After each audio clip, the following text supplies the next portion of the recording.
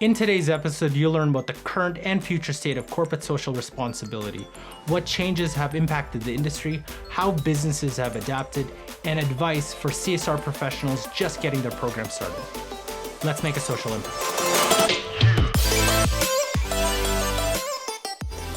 Hi everyone, I'm Carl. Welcome to the Social Impact Show, where CSR professionals get the latest strategies and tips to help them scale and grow their CSR and goodness programs. Now remember, if this is your first time on this channel and you want to get the latest strategies from the experts, hit the subscription button below, hit the little notification bell so you don't miss anything.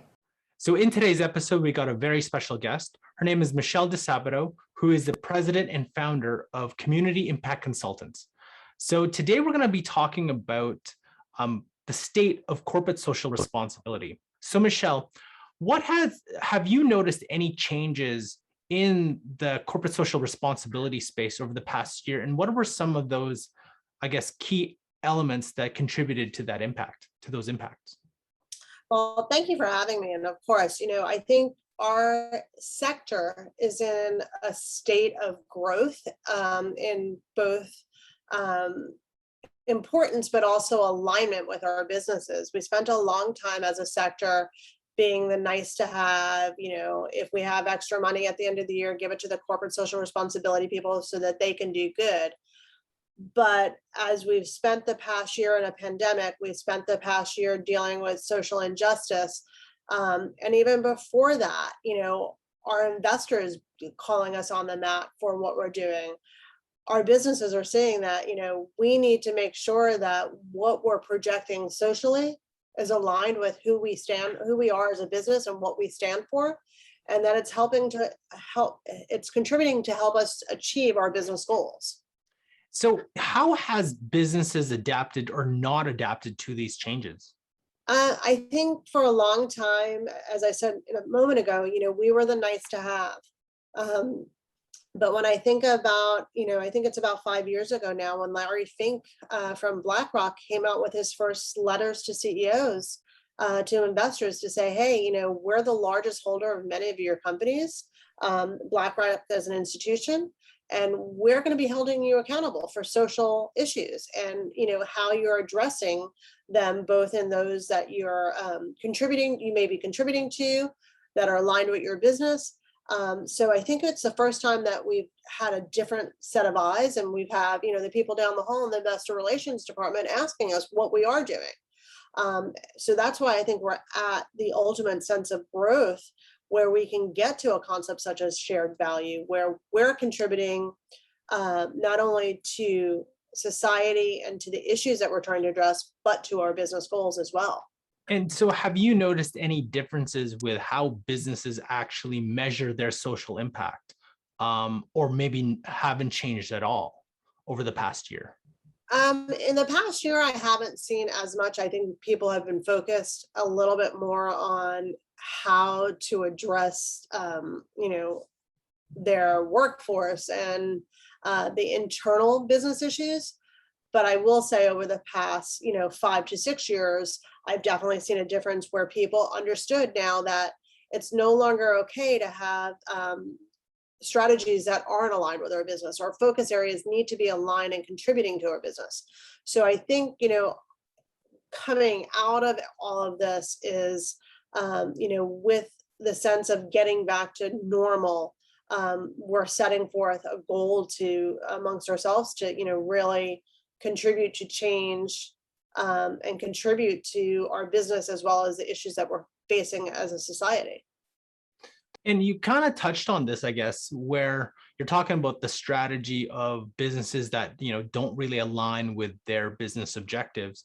Have you noticed any changes in terms of the strategy component? Now, I know we just talked about the measurement component, but the strategy component, because I would assume that, over the past year, with those changes, those businesses would be like, what, we may need to alter how we're doing social impact, maybe even for both internally for our employees, but also the impact that we're making, worldwide or community-wide or neighborhood-wide.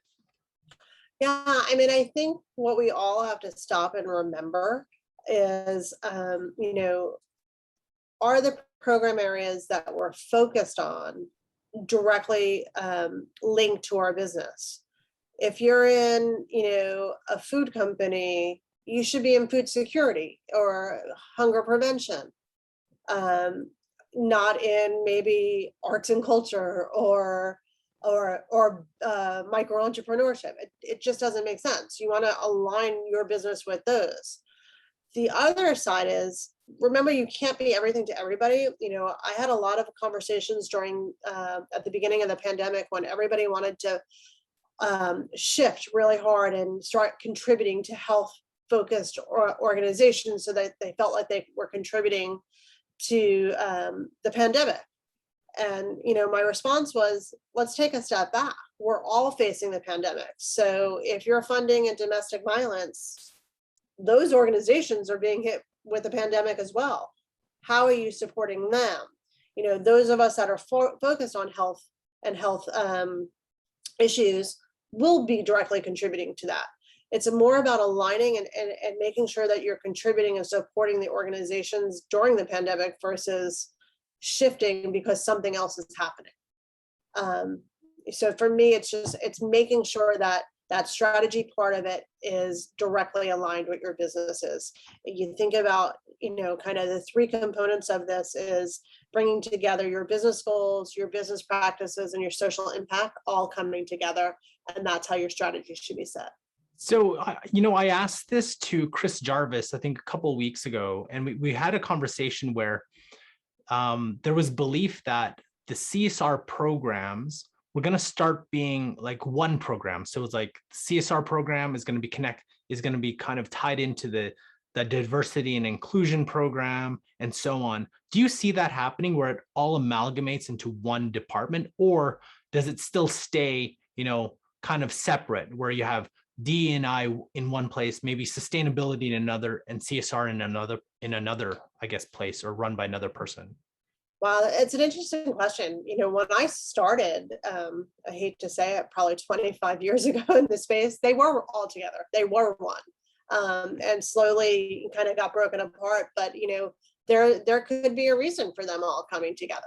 Well, and that leads me to the next question. Where do you see CSR moving towards in the upcoming year or even in the future? Yeah, I see it being elevated. I see it being, a C-level position, as part of setting strategic direction for the company. Well, we now have investors focused on our social good and our social purpose as organizations. Hiring practices, and the new generation wants to go to work for organizations that have the same values and the same sense of purpose as them. So unless we're elevated to have that level of discussion and that seat at that table, I think we'd be businesses would be remiss in not elevating it to be an integral part of planning for the overall business, whether it's business goals from a revenue standpoint, from a hiring standpoint, from an internal policies and practices. We talked a minute ago about DEI. Our CSR positions should be elevated to help support the business in making sure that they're the right DEI practices or the right social practices within the company. What's interesting is, the discussions we've had about diversity, equity, inclusion, there's always a common theme. And that one of those themes was that DE&I should be, I guess, integrated at all levels of the business, whether it's, your missions, your products, your values, it's all integrated. And I think that's part of where corporate social responsibility should be, where it isn't just, here's the corporate social responsibility team and department, but I think it's also, shouldn't it be permeated all the way from the missions, the values to the products, everything's integrated with that as well? Absolutely. When you think about, as I said earlier, the strategies that you're developing, those strategies should be aligned with your business and what your business may or may not be contributing to or addressing. So, if you're in a banking institution, how do you make sure that your social programs are making sure they're getting to the underbanked or the unbanked? If you're in, the arts and culture space, I had a client that was in that space and was finding that they needed to attract people of color to come in and be within their organization and elevated within their organization. How do you get the word out about that? If you're in a technology company, how do you get women to come and be programmers and get tech spaces? So you need to, make sure that you're aligning what it is your business needs not only today, but in the future to grow your business, and make sure those social issues that you're addressing are aligned with that. And embedded into your business practices is the key thing. If you're going to run a program that is focused on STEM, when your company is doing their internship hiring for summers, they should be sourcing it from your social good programs, your partners that you just went through doing STEM with. That's how to get direct alignment, making sure that you're doing your social good, embedding it into your business practices, which will ultimately help you achieve your business goals. So if you were a CSR professional just starting today, what advice would you give to somebody who's maybe just starting their program or having a hard time getting traction to get their program moving? I think the biggest thing to do is know the business. Don't just be in your CSR space. Go and learn about your business, from the operations to the hiring practices. Go, set up weekly meetings with, somebody in each of these departments. Go and learn how they operate, because what you're doing should be aligned and supportive of each of their businesses as well. And as I said a moment ago, they should be taking advantage of you. So if they're in HR and they're hiring summer interns, they should be coming to you and saying, who do you work with that's getting these folks trained, for hard and soft skills? Can we source from there?